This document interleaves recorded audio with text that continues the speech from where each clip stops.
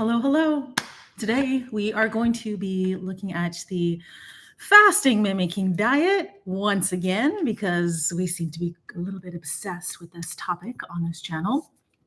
Now, we love it for so many different reasons, and the coolest thing I think is that the fasting mimicking diet, or fasting in general, is described as a self-healing program.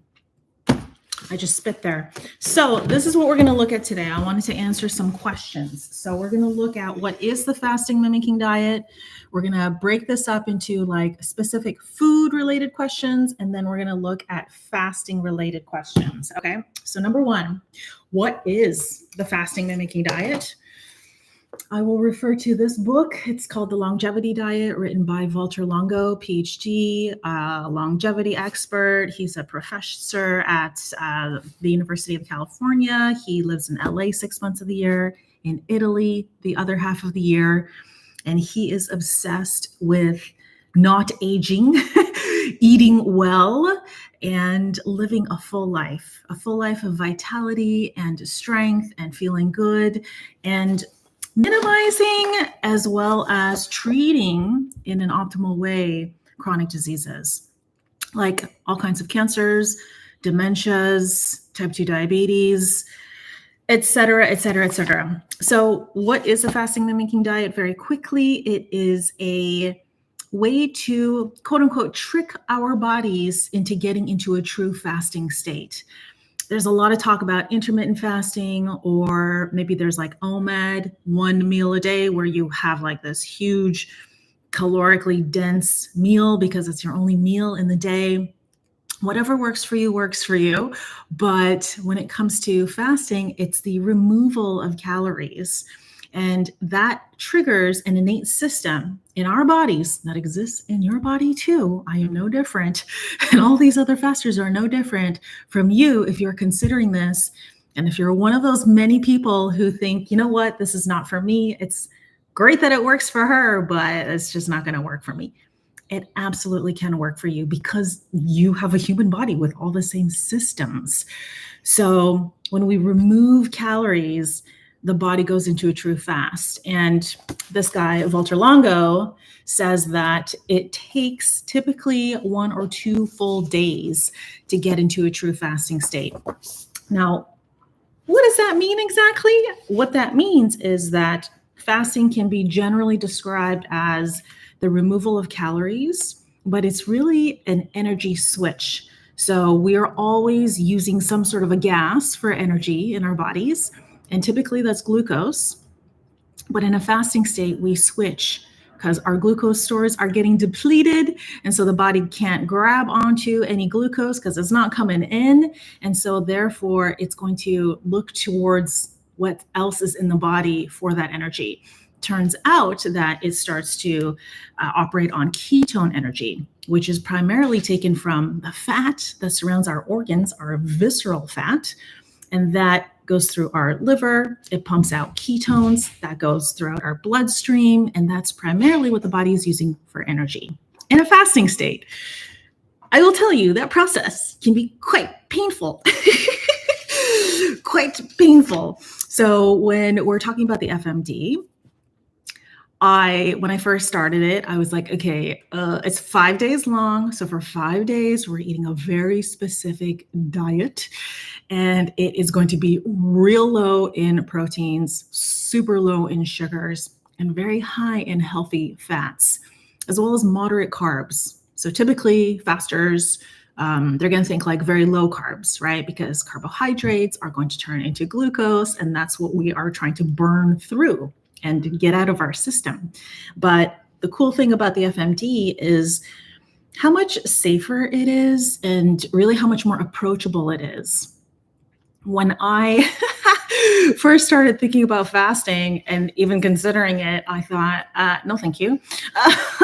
Why? Like, why? Just why? Why would we go through that pain? We would go through that pain because of 1,001 potential benefits. So today I'm going to speak mostly about disease management, disease reversal, disease prevention, Many people undergo the FMD just to drop a couple of pounds. And while that is all good, because if you got the extra body weight to drop, we should probably drop it for overall health. But I'm going to more so focus on the disease states, because that's the most fascinating thing when it comes to fasting, but also the FMD, because it's so approachable. Okay, so who is this for? So this is for people who are generally healthy. That sometimes is not super helpful, because what is a healthy person? So sometimes Longo will say, if you can run up and down a flight of stairs twice and you can be okay doing that, then maybe that's one measurement that you're pretty healthy. What does that mean? Like, you might be out of breath, but like the fact that maybe that you could do it maybe is a good thing. If you can walk maybe for a half an hour to an hour, I think he said an hour. So if you can walk an hour every single day, you're generally a healthy person. Obviously, you can measure like objectively your blood panel. You get a complete metabolic blood panel, which just measures all of the normal things like your cholesterol and your A1C and your insulin sensitivity and your blood pressure, your body weight, your BMI, like throw in all the things and then all the little nitty gritty chemical things that these blood panels measure. And you can get that read by your doctor.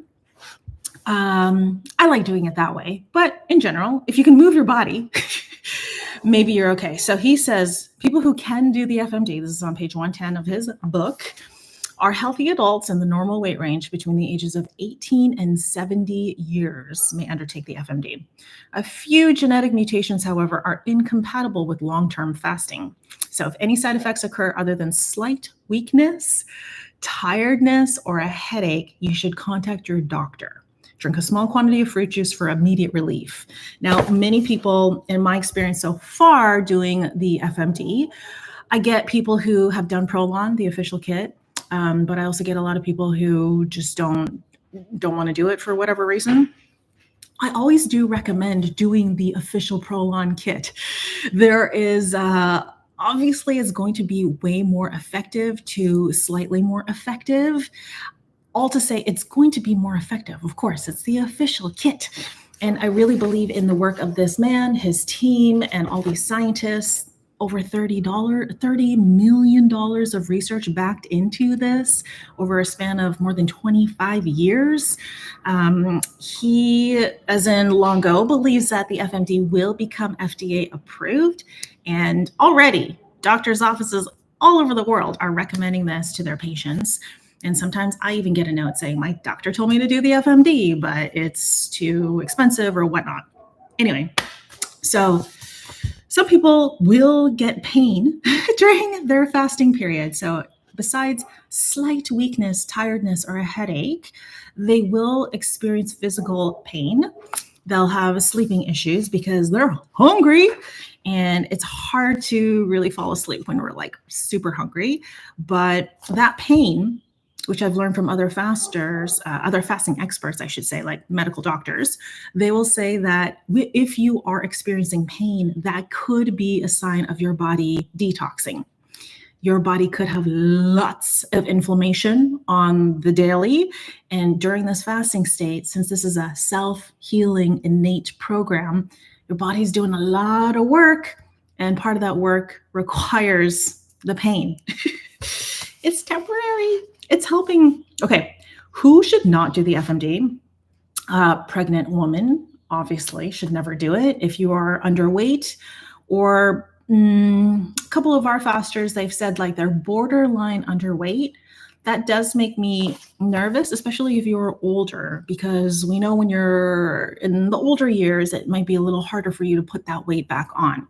Not impossible. It's totally possible. But yeah, you just have to be really careful, because we go into this high fat burning mode, and maybe it's not fat that you have. So if you're burning through all of the fat stores that you have, and then there's none left because you are borderline underweight, then what else is the body gonna like go after? So he says, people who may not do the FMD. Page 111. So people who are underweight, have very low body mass index or a BMI, or people who suffer from anorexia or other kinds of eating disorders. So obviously this is a really intense shift in how we are eating. We're eating normally, and then all of a sudden we're reducing our calories on day one to only about 1,100 calories, when typically you might eat 2,000 to 3,000 calories a day. And then from days 2 to 5, we're dropping down to 800 calories. So it's a lot less. Good morning, Paul. Off-grid desert farming news with Paul and Adrian. Good morning, Paul and Adrian. So just be very mindful. People over the age of 70, unless in superior health, and then only with the doctor's approval, or you could just do it alongside your doctor and just make sure that you're checking all of your vitals and that you're feeling good and all the rest. Anyone who is fragile, don't go into a fasting state. People with liver or kidney diseases, obviously this can be unpacked greatly, and it is really dependent on your personal situation. Obviously work with a doctor, especially a doctor who is knowledgeable about fasting, even better. People affected by pathologies, unless they have the prior approval of their specialized doctor. So just basically blah, blah, blah, work with your doctor. And definitely patients who take medication should not undertake the FMD with the approval of their doctor, with input from a dietitian or doctor who specializes in the use of the FMD, the fasting mimicking diet. Not just fasting, the fasting mimicking diet. Obviously, coming from the author and the creator of the fasting mimicking diet, he would say the FMD, but all fasting. Patients who have low blood pressure and who are taking medication for hypertension should not undertake the FMD without the approval of a specialized doctor. Specialized meaning, knowledgeable about fasting. Patients with rare genetic mutations that block the organism's capacity to produce glucose from glycerol and amino acids, or gluconeogenesis. And then athletes during training or competition. There are lots of warnings. He is a scientist, so he's going to warn the heck out of you. But much of this is talks about how gentle it is and how approachable it is. We had a former a retired physician in our last fasting group, and he was like, this is basically all natural stuff. You're not going to hurt anybody by doing this. I think he was a little bit questioning the effectiveness of it, but inflammation went down and all these different things happened. So the fasting part is really just one half of it. The magic comes after, but we'll get into that. So even though Valter Longo says don't do a DIY, I know lots of people are interested in doing a DIY version. Many people have done ProLon many rounds and they're just sick and tired of it. And so they just want to do something on their own, which I have to say, not that I know Valter Longo, I have to say I want to say he would approve that. Anyway, he says just don't do a DIY. However, of course, many people write to him and say, I did a DIY and I have all these benefits, blah, blah, blah. Thank you.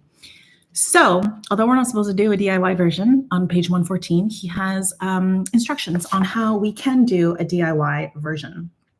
So to prepare for at least 1 week prior to going to the FMD fasting state, you are going to eat well, right? So he is a Mediterranean diet that is very high in whole plant foods, real carbohydrates, so high carb, moderate protein. He's a low protein guy, and moderate fats.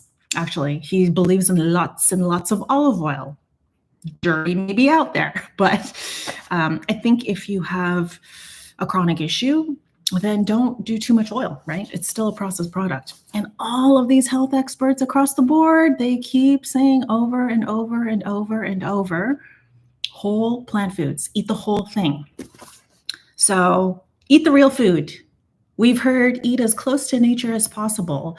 So obviously we're not talking about eat the banana peel, but it's so unprocessed, right? So anyway, day 1, 1,100 calories. He gives us the breakdown, 500 calories from complex carbohydrates. That means real food, and broccoli, tomatoes, carrots, pumpkin, mushrooms. 500 calories from healthy fats like nuts and olive oil. I will say it's hard to get when you do a DIY version. Let's say I wanted to do one that was only whole plants and I did not want to include any olive oil. It is hard for me to get to those exact ratios by only using whole plants. So because the fat content is very high and I got to keep the protein really low and keep the carbs minimal, I do include olive oil in our DIY version. Because again, I can't figure out the math otherwise. He says you can take one multivitamin and mineral supplement, one omega-3, omega-6 supplement, and sugarless tea up to 3 to 4 cups per day.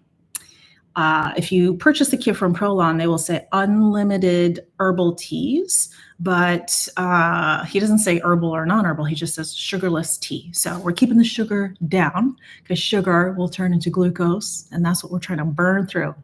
Minimal glucose during this 5 days.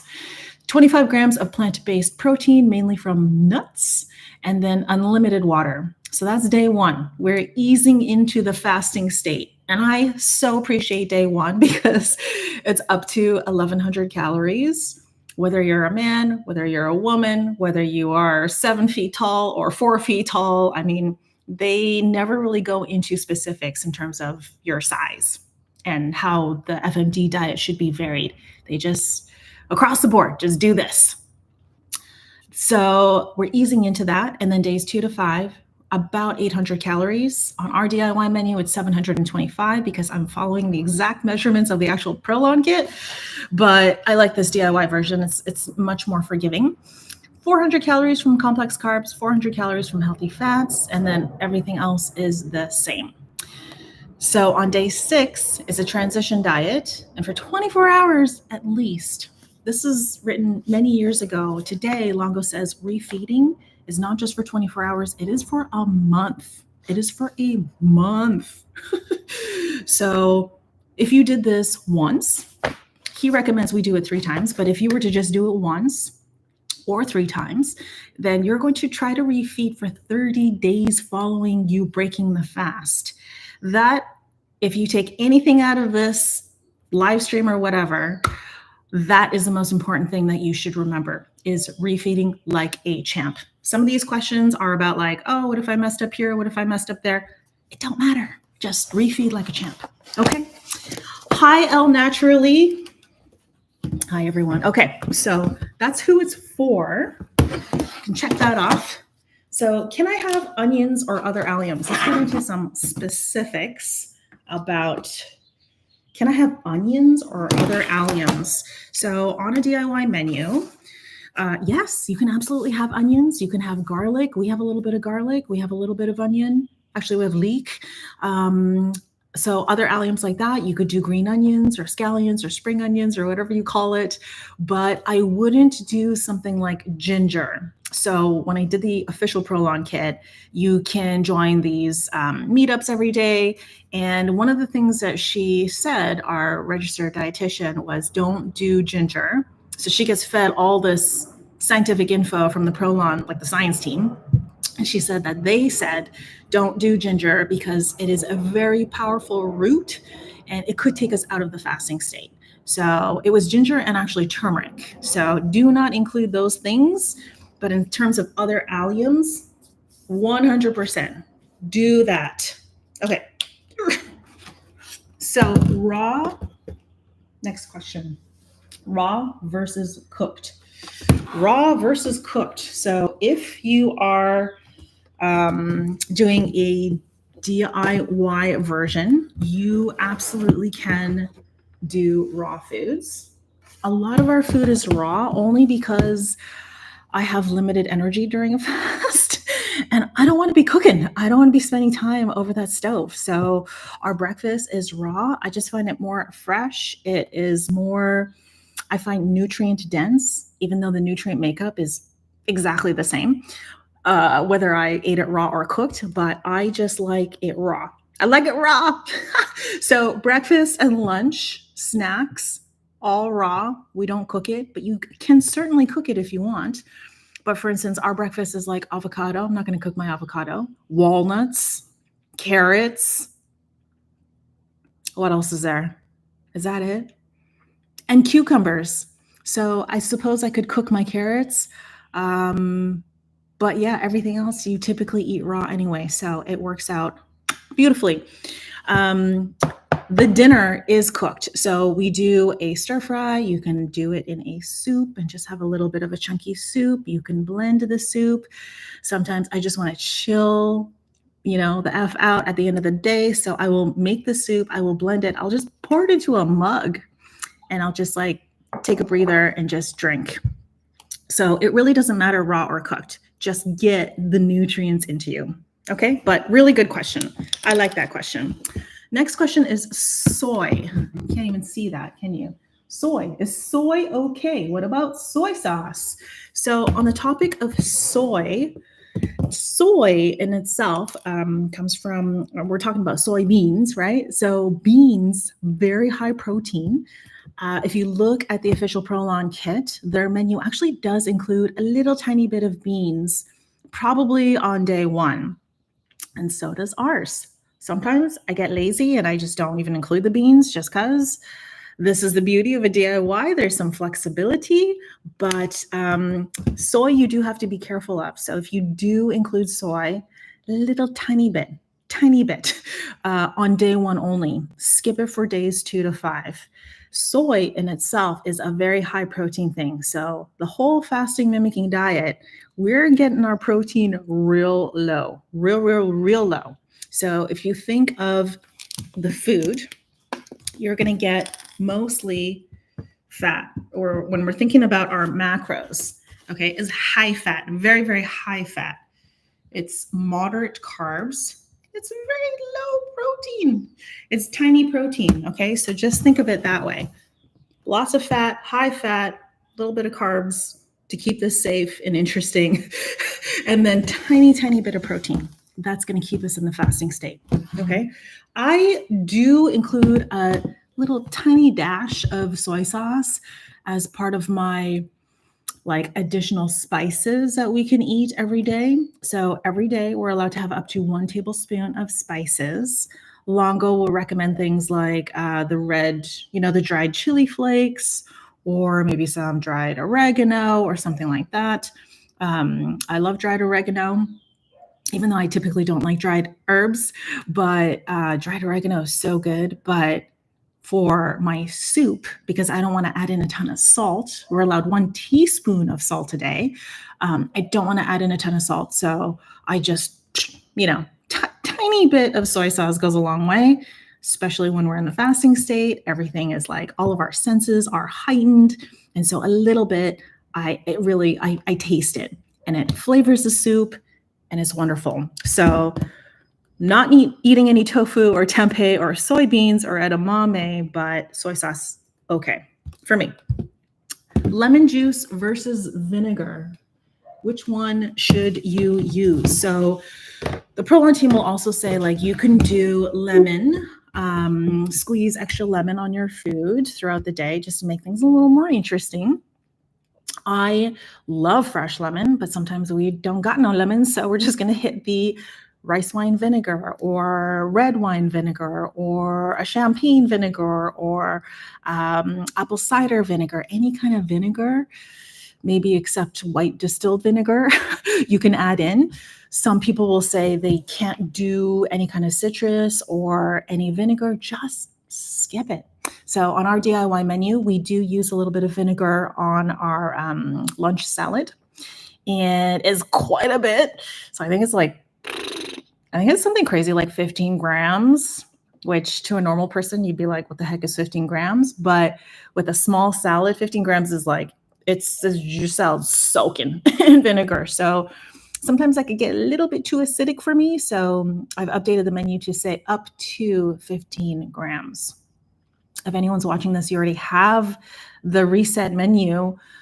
I'm coming out with a V2 version 2, and that will be available on Monday, so next week. But you will all get notified of all of the new information, and it is dense, but hopefully very approachable. And I know it's very well organized. I'm very excited about it. Anyway, so you can skip it altogether. So if you can't handle any lemon, vinegar, anything like that, you can just skip it. If you're doing a salad, just sprinkle a little bit of salt, little fresh cracked pepper, maybe some chili flakes, and that's going to be enough flavor, especially in a fasting state. Okay. So subs for the L bar.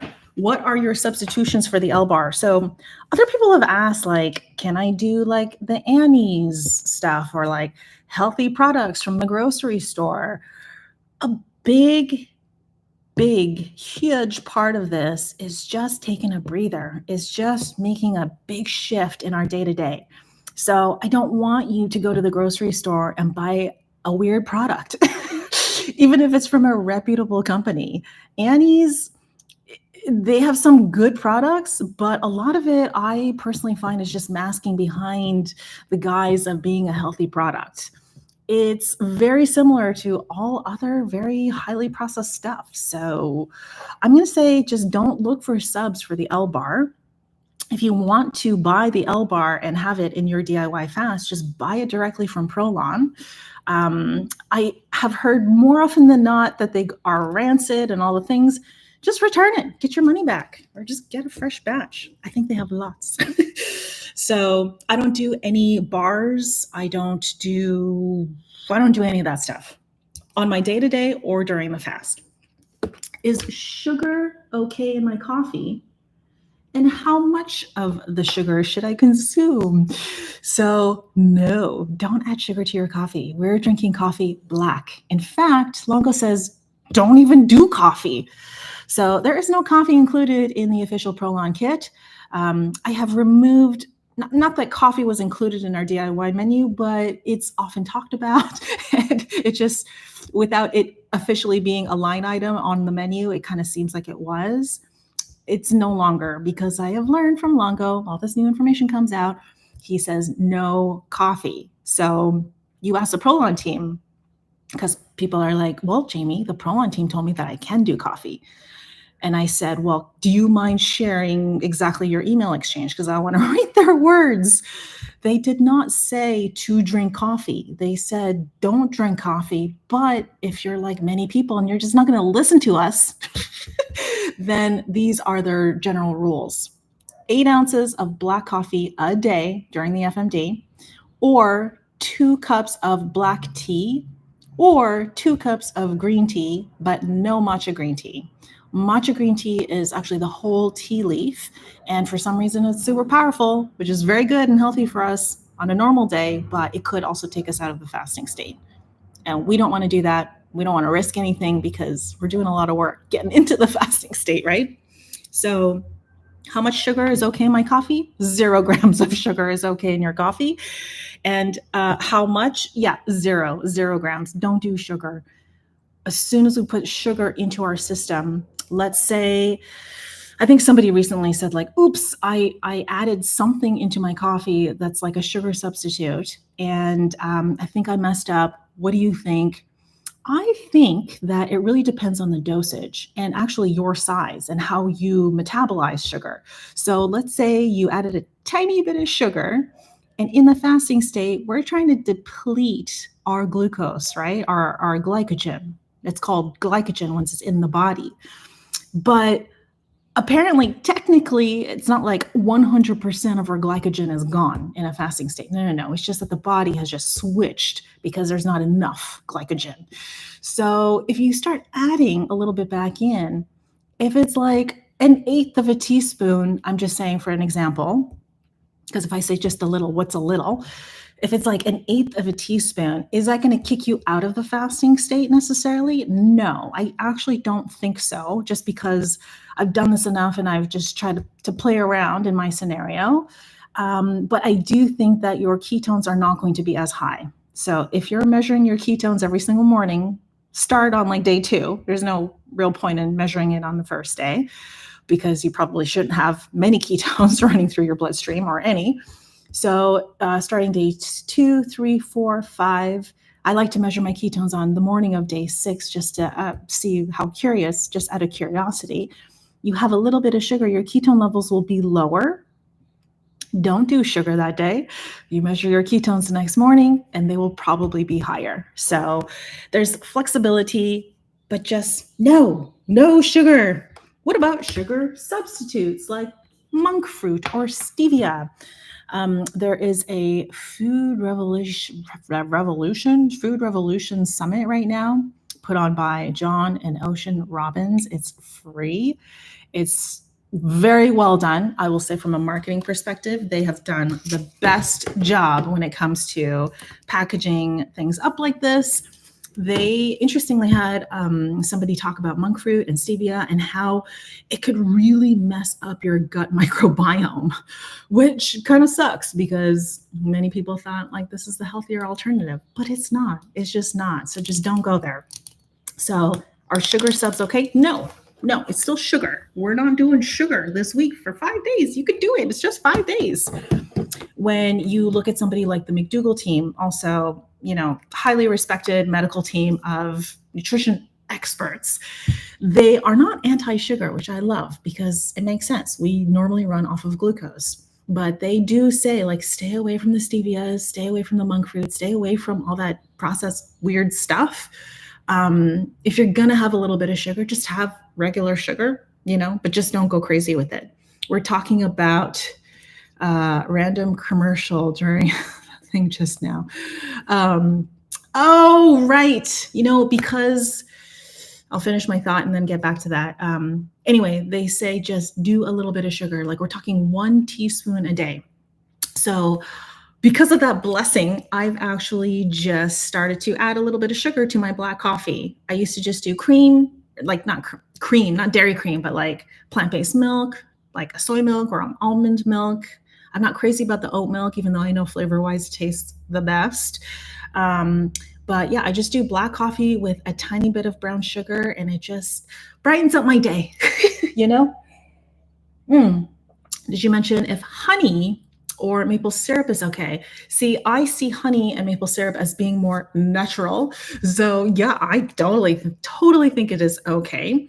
The McDougall team will also say like, again, just a little bit is okay, right? They don't really say the words dose dependent, but I love that term because I don't live a healthy life. I mean, like a perfectly healthy life. It's an average, normal life, but I think actually, technically, I am the minority because apparently over 70% of the American population is overweight. So if you are not considered overweight, you are the minority in this country, which is insane. Sadly, it's just going to keep getting worse. But it's not just a little bit of honey that's packing on the pounds. It's a lot of other things, right? A lot of other chemicals, highly processed products, way too much fat and way too many calories. So we typically eat way too many calories. So I love honey. I love maple syrup. Again, the McDougall team will just say like, just don't go crazy with it, but they're okay with it. The fact that there's new science that comes out that says like monk fruit or stevia is damaging to the gut microbiome, which will then affect everything else in our bodies, is actually quite terrifying. I haven't looked into the studies themselves, but maybe there are all these different factors, right? So if somebody is consuming stevia or monk fruit or some healthy sugar substitute, maybe they think, oh, because this is healthy, I can eat it without abandon and I could just eat a lot of it. So maybe they're having too much of it. Maybe that in itself is not like totally damaging, but maybe it is. What do I know? Okay. So lots of questions about the food, but typically the food is, and you know what, I will include this little chart and this kind of food recommendation in terms of 500 calories of this, 500 calories of that. I'll include it in the description for your convenience. But when it comes to multivitamins, so other people have asked, like, do you include a multivitamin? I don't include a multivitamin in our DIY menu. And the reason why is because we are getting a boatload of nutrition from the plants that we are eating. Correct, we're not getting a lot of calories that are typical for our day-to-day, but every single whole plant that we are consuming is packed full of vitamins, minerals, all of our macros, but again, in just lower quantities. When it comes to our micronutrients, we don't need a lot of them, which is why they're called micro. We need more of the macros, right? The protein, the fat, the carbs, especially the carbs. During the FMD, again, we're going to go real high fat, very, very high fat, moderate carbs, tiny bit of protein, and tiny bit of sugar. But we're not going to add sugar. Okay, so Longo says, if you typically take a multivitamin, then continue taking it when you're doing the FMD. So that's just what I tell people. I don't typically take a multivitamin. I get my vitamins from the earth, from the soil. I get my minerals from the soil, goes into the roots of the plant. It goes into the plant. I eat the plant. That's how it gets into me. When we have things like chlorophyll running through our bloodstream and we go outside and we get some natural sunlight that hits our skin, all of a sudden we have different chemical reactions happening within our bodies. And that's how vitamin D is created. So vitamin D is actually a hormone, technically, but all these things that happen just from eating the plants. Omega-3, omega-6. Omega-6, I mean, we have like 6 grams of walnuts in our breakfast, and that in itself almost completes my omega-6 requirement for a day, even in a fasting state. So it could be really easy to do that. We talk and hear so much about like omega-6 deficiencies because so many of us, most of us, are only eating highly processed foods. So got to eat the whole plant. Gots to eat the whole plant. Okay, so let's get into the fast itself. We are going to talk about, can I extend my fast? Can I eat less than your DIY menu? What if I accidentally added more food? And how do I do the DIY? So I think we've already covered how do we do the DIY. We do the DIY by following these instructions here, which you can screenshot right now if you'd like. Or, so you take that information, you're like, well, how do I start? Well, he gives you some examples of actual vegetables you could include, such as broccoli, tomatoes, carrots, pumpkin, mushrooms, etc. Even though mushrooms are technically a fungi and not a plant, don't matter. Mushrooms are really cool for so many reasons, but you can start off with your favorite vegetables.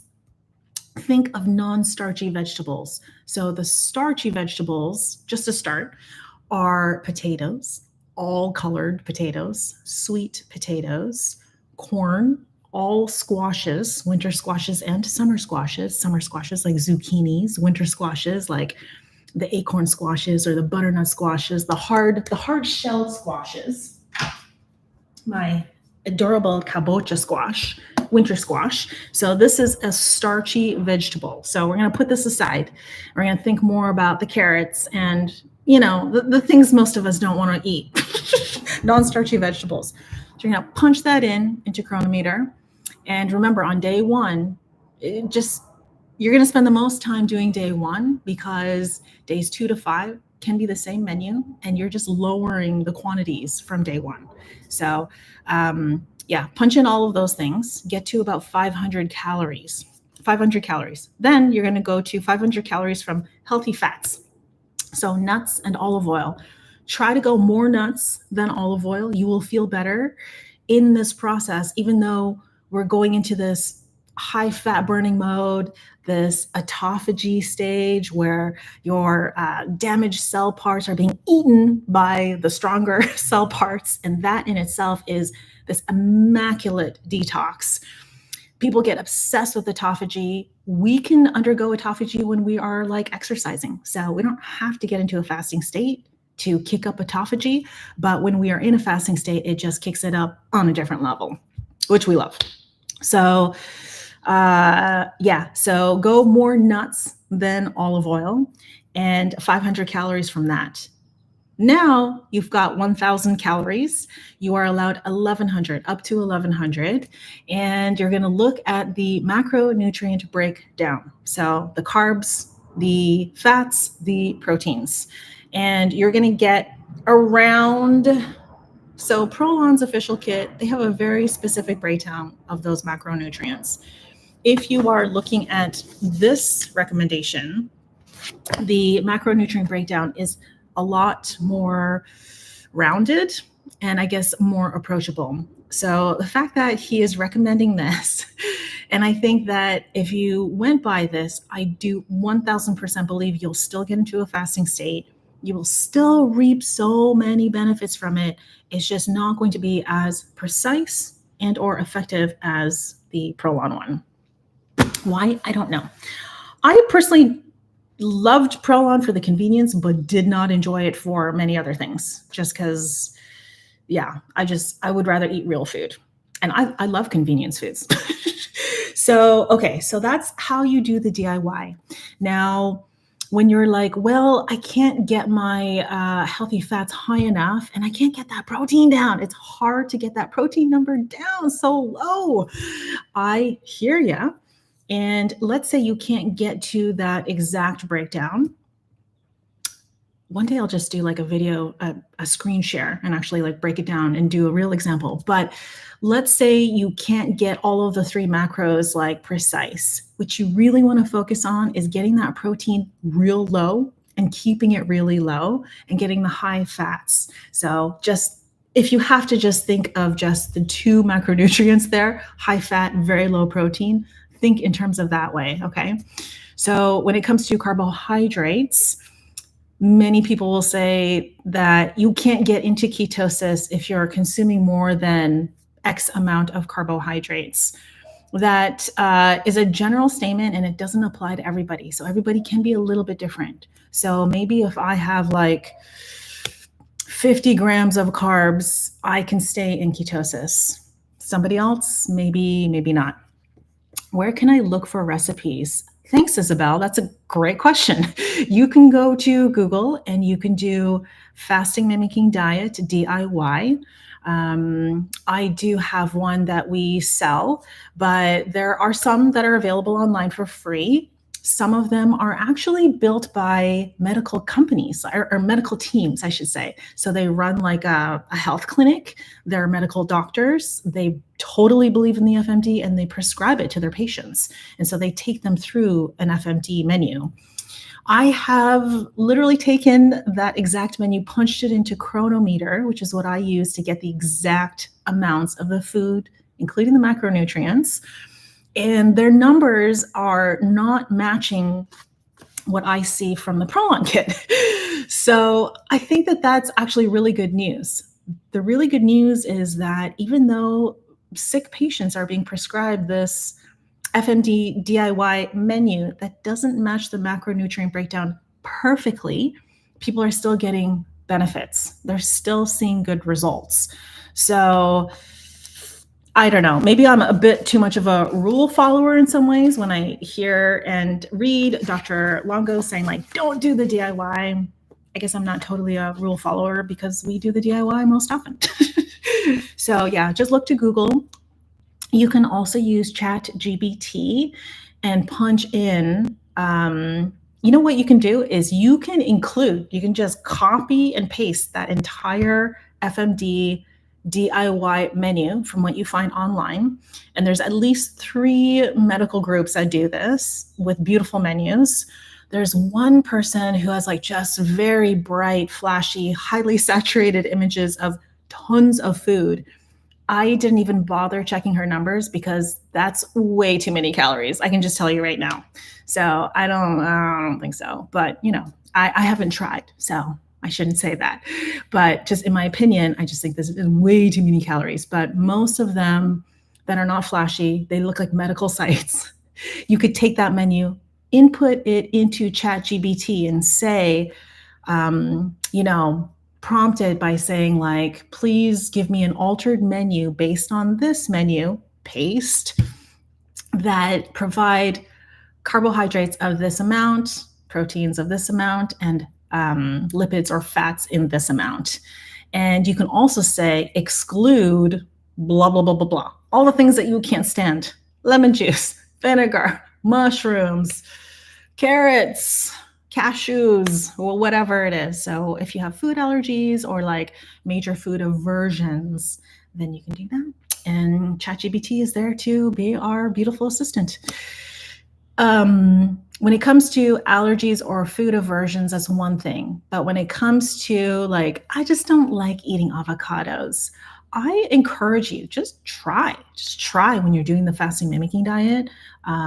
Just eat the food. Eat it. And you never know what's gonna happen during your fast.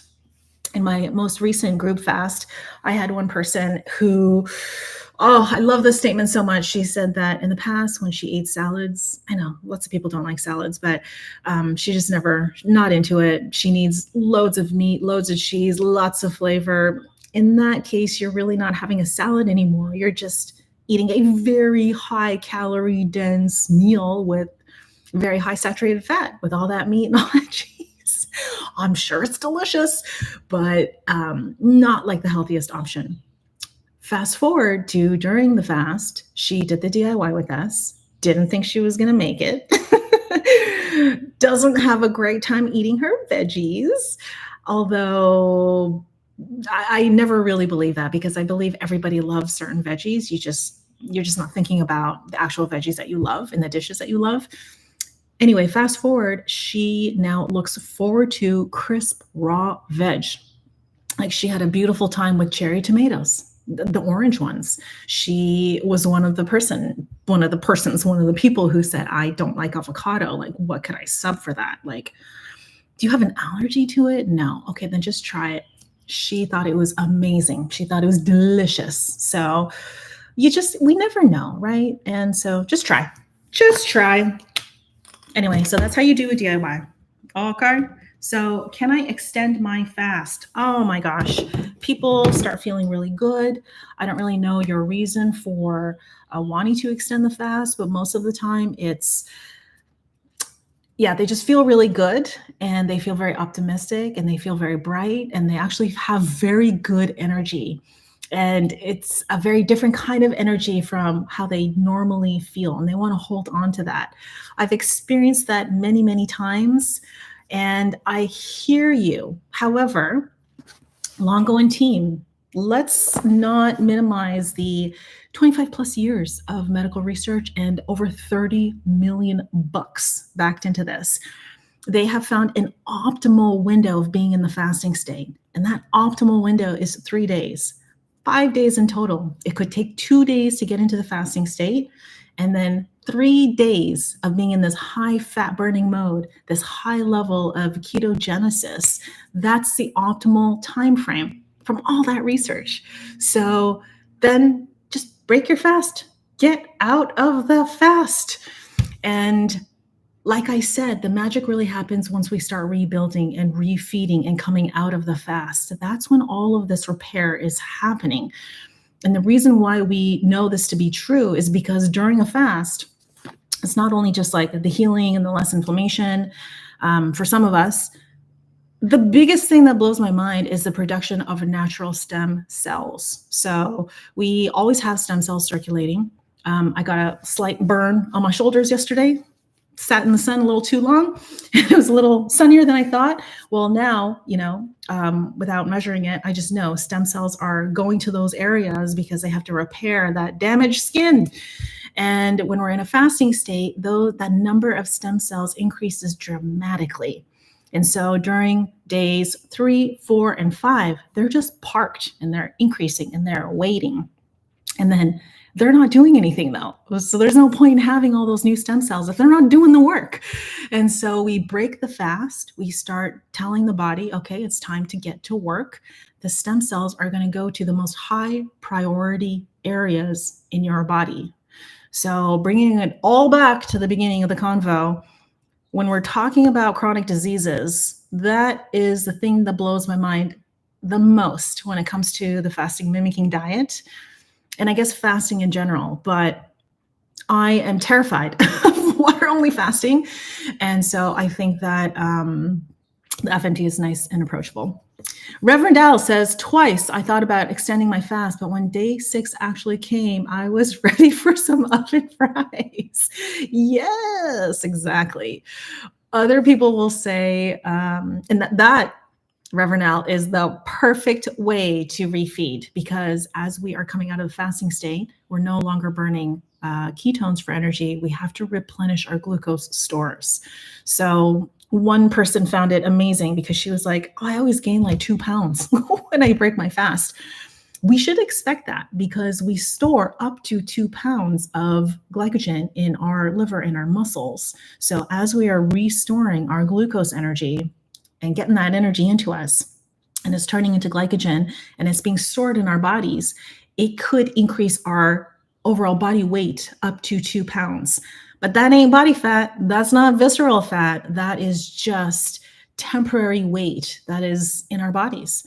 The rest of that glycogen, or the oven fries that you are consuming, is going to just be burned off in body heat and just being awake and living. And so body is constantly burning energy, right? Because we always need it for lots of stuff, especially to power these things in our brains. So anyway, can I extend my fast? The answer is no. The simple answer is no. Don't do that.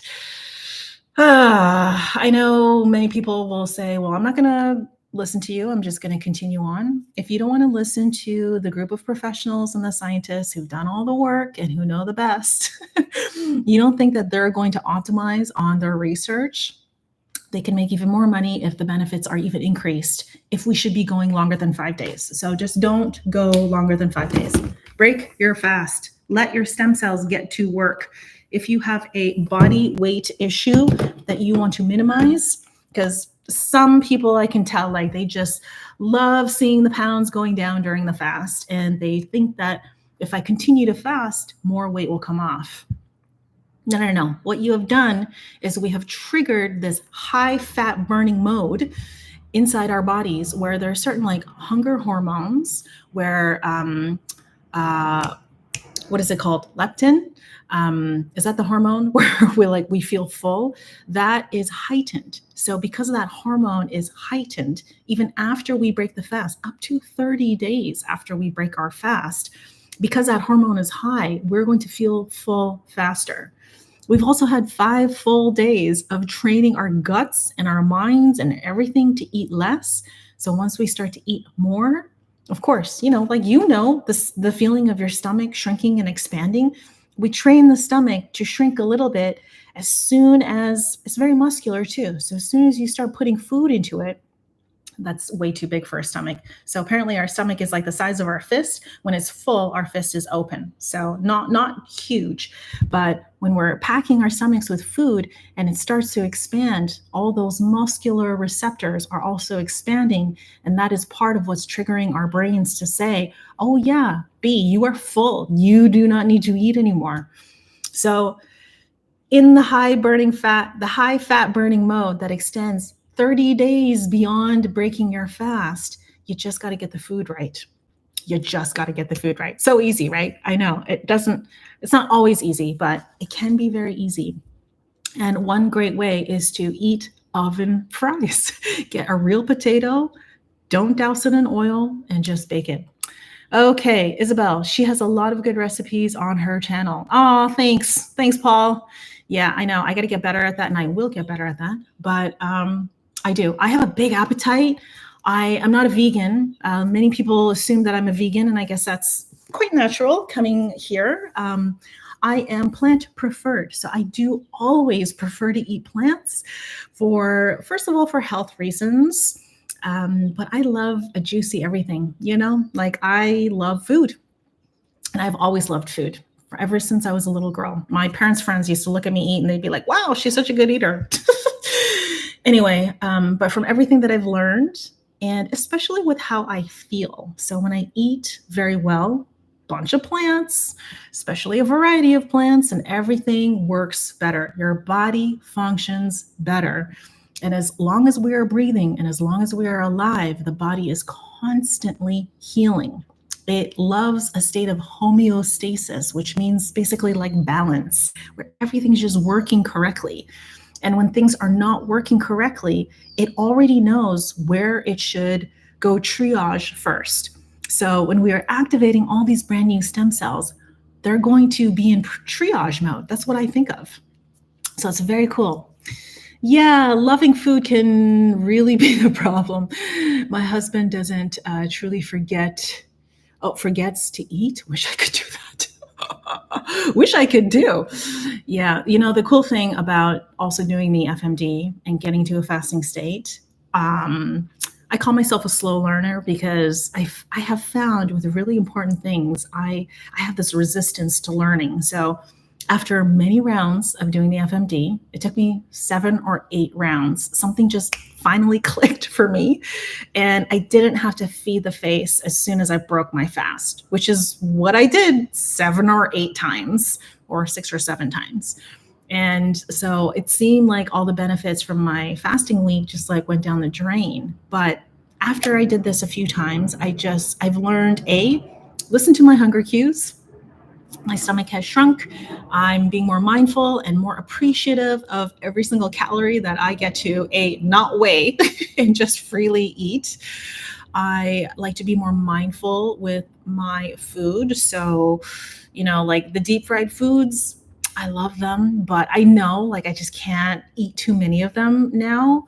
I love French fries. I think like French fries are like the best food ever, but I can't eat French fries all the time. But before, when I used to track our food, we used to eat French fries like 4 times a week. And I didn't even realize.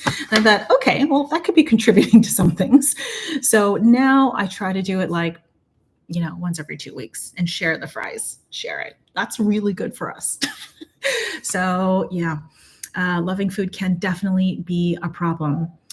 The FMD, though, I mentioned somebody who didn't enjoy eating vegetables and didn't think she was going to make it through these 5 days. Well, she made it through like an absolute champ.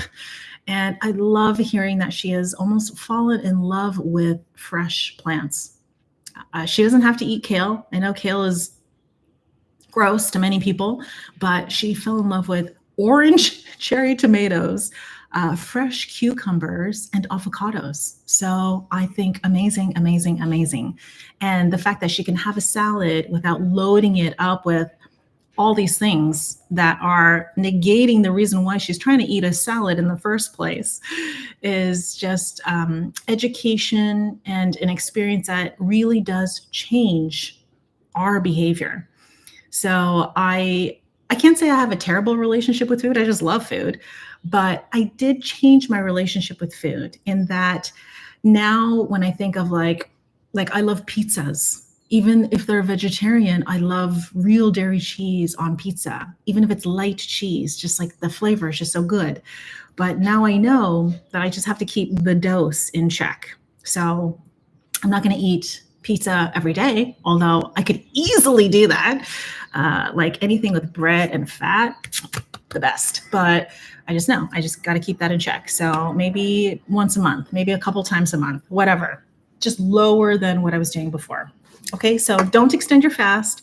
Get into the refeeding stage, which Longo has literally said it's more important than the fasting stage. And he's also said it's just as important as the fasting stage. So he doesn't get into the refeeding part as much because I guess most people just don't ask him about that part. They want to know about the actual fast.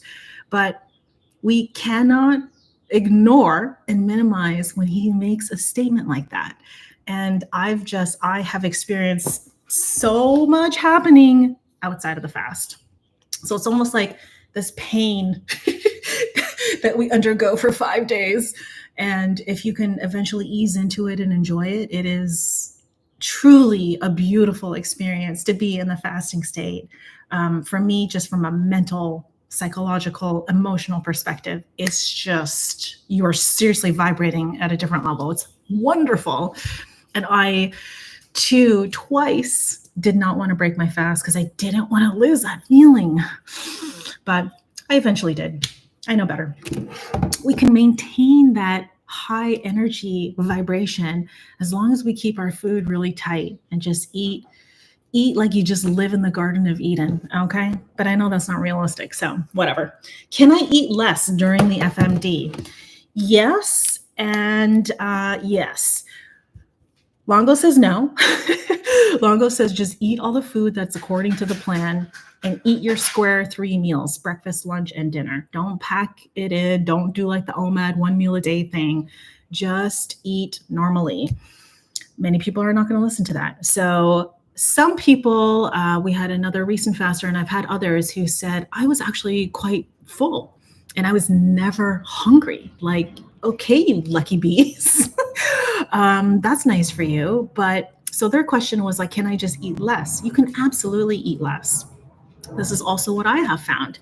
On certain days, especially at dinner time, I find like I don't actually have to consume my entire dinner, which in the beginning, I would think that's an insane thing to say because every single calorie counts. So if you're new to this, don't eat less. Like eat all the calories that you are allotted to eat. Eat the full 1,100 calories on day 1 and 800 from days 2, 3, 4, and 5. If you eat too little, you might start getting shaky. You might start spurring a headache. Just things might happen. The whole beauty of the FMD is that it is approachable, right? This is not a water only fast. So it's very approachable. So let's just take advantage of that approachability. Last question. What if I accidentally add more food? Okay, if you accidentally add more food, it really depends on how much food. So if we're talking like, oops, I added 2 more grams of carrot, whatever. So again, we are going for high fat, minimal, moderate carbs, very low protein. So if you say, oops, I had too many carrots, well, carrots, I would say, are mostly like carb, low protein, very low fat. So that's okay. If you said, oops, I had too many beans, I would say, uh-oh, you might have kicked yourself out of the fasting state. Because beans, moderate fat, low fat, carbs, but there's lots of protein in beans, right? So we want to keep that protein level low. If you accidentally add like more sugar, it's the same answer as the sugar thing. Your ketones might not be as high when you measure the next morning, but you may not have kicked yourself out of the fasting state. So just when you stick to a menu, just stick to the menu as closely as possible. And then once you get into the hang of it, if you've done it like several times, then you can experiment a little bit. So in my experimentation, if I say, I am actually not super hungry. So on day 1, 1,100 calories, I don't need the 1,100. I could have like 900 and I'm perfectly happy. On day 2, my ketones will be raging. So I will get into the fasting state much faster, but there's no harm and no negative outcome of just slowly getting into the fasting state. So it's all about being gentle and doing things appropriately. Okay. But everyone's a little bit different. So if you are not very hungry, one faster in our last group, she was like, it's hard to believe that I actually went into ketosis because I was never hungry. So the whole plan just seemed too easy for her. That is the beauty of this dude's work and his team's work. That is the beauty of the fasting mimicking diet, that it is so approachable. It's so approachable. If you did it and you were in low ketosis, so your ketones didn't kick up to anywhere between 1.5 to 3, which is where like the optimal ketogenesis range is, then that could be because you have a lot of extra body weight. And so maybe your body will become accustomed to the FMD and getting into the fasting state and become more efficient more often, the more often that you do this. So Longo will say, if you are obese, then you could do it once a month for 6 months compared to like the average normal person who could do it for 3 months to start and then only twice a year until they're 70 years old. So yeah. So it really depends. It really depends. But to start off, just stick to the protocol and do that. Okay. Well, let me know what other questions you have. And when it comes to the topic of chronic illness, I will say that We just unfortunately lost a very close family member to a very aggressive cancer. It was very late stage. When I reflect back on that experience, I think, God, there's just so many things that I would have done differently. I don't torture myself into thinking like I should have done this, I should have done that, and riddled with guilt and blah, blah, blah. But I think it's important to go through these thought exercises because, of course, in the future, we can do things differently because it's going to continue to pop up. One thing that I would have done differently is I would have put her on the FMD. I would have given her 3 rounds of ProLon once a month, and I would have meal prepped every single damn meal for her. Yeah, so that's my high recommendation. Like, just try it. Oh, thank you, Elle. But just try it, especially if you have something like a cancer or diabetes or Alzheimer's. This year, ProLon is pumping out different types of kits. So this is not sponsored in any way, shape, or form. But ProLon right now, their kit is just, they're trying to optimize things and they're making the flavors better and more approachable for people or more varied. And they're looking at like all the favorite foods of people over the years, and then they're putting that into their package. But there's now going to be a cancer specific one. There's going to be an Alzheimer's specific one, and then a type 2 diabetes specific one. So I had heard that that was going to be released this year in 2024. So try that. For the cancer ones, I think that the calories is actually a little bit higher than the calories that we typically adopt. But there's also Create Cures Foundation, which is a nonprofit that Longo had developed. So if you can't afford it, just go there. They really should sponsor you. They could. They could. Funny enough, the registered dietitian who hosted our group calls, she couldn't answer some of the questions that people were asking. And if she read this book, she could have answered it. But I know there's a lot of information, and the science is so deep. And you could talk about this forever because there's so much that goes into it. But all to say, do a DIY if you must. High fat, moderate carbs, very, very, very low protein. If you are suffering from any kind of illness, there's always hope. There's always so much hope. And I would recommend this. Yeah. So look into it.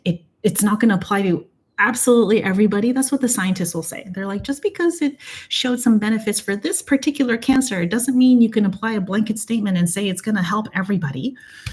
Yeah, but what I've learned about human nutrition and about our bodies is that there is no targeting one disease to be cured. So when you are undergoing a protocol like a fast or a fasting mimicking diet, the official or the DIY version, you're getting into a fasting state, you're undergoing autophagy, so damaged cell parts are being eaten away. They don't like magically disappear and get pooped out of your body. They're just literally being recycled and eaten by different parts of your bodies, of your cells. And then to kick up all of those stem cells. And then all of those stem cells just innately, very highly intelligently know exactly where to go in your bodies to rebuild. So I've read 40% of our immune system lies within our gut. That could be up to 90%. Some GI expert just said 90% of our immune system resides in our gut. When we are doing this, either ProLon or the fresh food, see, again, I like the fresh food because it's a whole plant and it's just fresher than the ProLon kit. So I do see sometimes more benefits to the fresh food DIY version. We are limiting all the things that are typically feeding our bad gut bugs. And instead, we are flooding our system, starting with our guts, with a bunch of whole plant foods. So sufficient macronutrients, sufficient micronutrients. We are drinking water. We're trying to get rest. And thousands of phytochemicals are surging throughout our bodies. So when we're eating the whole plants, only the good gut bugs are being fed. The bad gut bugs are not being fed. So when we do not feed the bad things, eventually they will just F off and just die. But the good gut bugs will grow, they will flourish, they will take over, and that could change the microbiome. There's a very popular fasting expert named Dr. Melanie Peltz, maybe. She is also in this Food Revolution Network thing. She said, within 24 hours, your entire microbiome starts to change, and it starts to repair the inner lining of the gut. Now, there's also Will Bolshewitz, who is a GI expert. He's the author of Fiber Fueled, and he says that that can happen. That won't necessarily happen, but it can happen. So things can change very, very quickly, but got to keep it tight. Thank you for sharing. I found it very invaluable. Oh, I'm so glad to hear that, Joan. Thank you for sharing that. And thank you guys all for joining. Yeah, I've gone well over an hour. I try to keep these half an hour, but I've learned that I talk a lot. But there's just so much to share. So lots of hope. Again, let me know what questions you have. And next week we will be back. Same time, same place. All right. Have a good one. Bye.